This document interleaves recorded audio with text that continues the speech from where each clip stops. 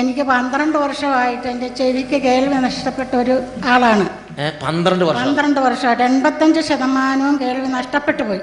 ഏത് ചെവിക്കാ? ഈ ചെവിക്കാണോ ഈ ചെവിക്കാണോ? രണ്ട് ചെവിയിലും. രണ്ട് ചെവിയുടെയും കേൾവി 85% നഷ്ടപ്പെട്ട ഒരമ്മയാണ്. 12 വർഷമായിട്ട് ആ വിഷമത്തിലായിരുന്നു. അത് കഴിഞ്ഞ് അതിനിടയ്ക്ക് 2-3 വർഷം ഇയർഫോൺ ഉപയോഗിച്ചു.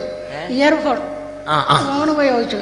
2011 ഏപ്രിൽ മാസം ആദ്യ വെള്ളിയാഴ്ച ഷെഹിയോൻ ധ്യാനകേന്ദ്രത്തിലെ കൺവെൻഷനിൽ ഞാൻ സംബന്ധിച്ചു.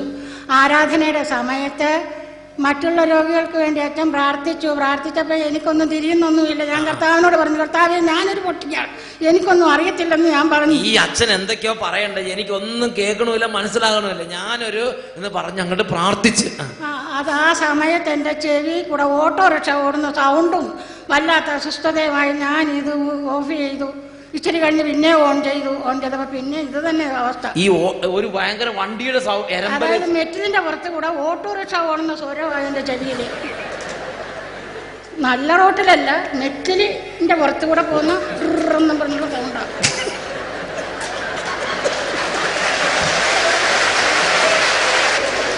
ആ സമയത്ത് ഞാൻ ഇത് ഒരു ബാഗിനകത്ത് വെച്ചു. 2011 ഏപ്രിൽ ആദ്യ വെള്ളിയാഴ്ച ഇയർഫോൺ ചെവിയിരിക്കുമ്പോഴാണ് ഈ ഭയങ്കരമായി വണ്ടി ഓടി ചെവിയിലേക്ക് കയറുന്ന മാതിരി സ്വരം.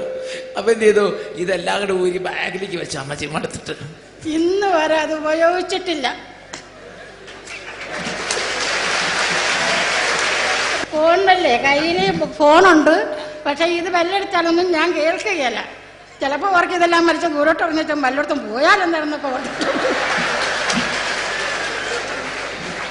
ഇപ്പൊ എങ്ങനെയുണ്ട്? ഇപ്പൊ ഒരു സന്തോഷമാണ്. ഇപ്പൊ ഒരു കുഴപ്പവും ഇല്ല എനിക്ക് ചെവിക്ക്.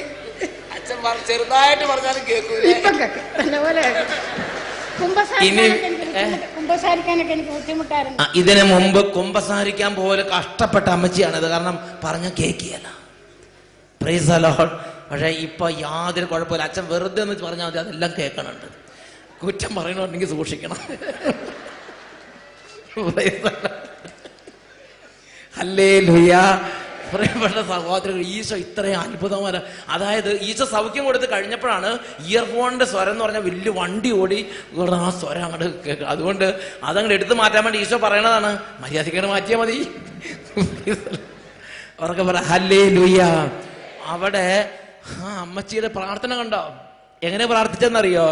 ഇവിടെ ഇതേപോലെ ഒരു ആദ്യപള്ളി കൺവെൻഷൻ അമ്മച്ചി ഇങ്ങനെ ഇരിക്കുന്ന സമയത്ത് സ്റ്റേജിൽ വലിയ അവിടുത്തെ മൈക്ക് ഇങ്ങനത്തെ ഭയങ്കര 50,000 വാട്ട്സ് 80,000 വാട്ട്സ് 1,00,000 വാട്ട്സ് ഒക്കെ വെച്ചിട്ട് ഇത്രയും ജനങ്ങൾ വരികയല്ലോ.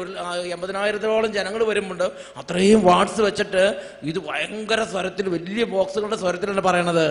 അത്രയും സ്വരത്തിൽ പറഞ്ഞിട്ട് ഈ അമ്മച്ചിക്ക് ഒന്നും കേൾക്കണില്ല.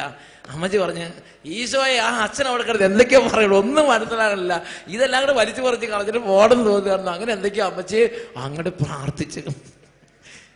അത് കഴിയുമ്പോഴാണ് ഓട്ടോറിക്ഷ എല്ലാം കൂടെ കൂടി ഓടുന്നത്. Praise the Lord. ആ സമയം ഈശോ അമ്മച്ചിയെ സുഖപ്പെടുത്തി. Praise the Lord.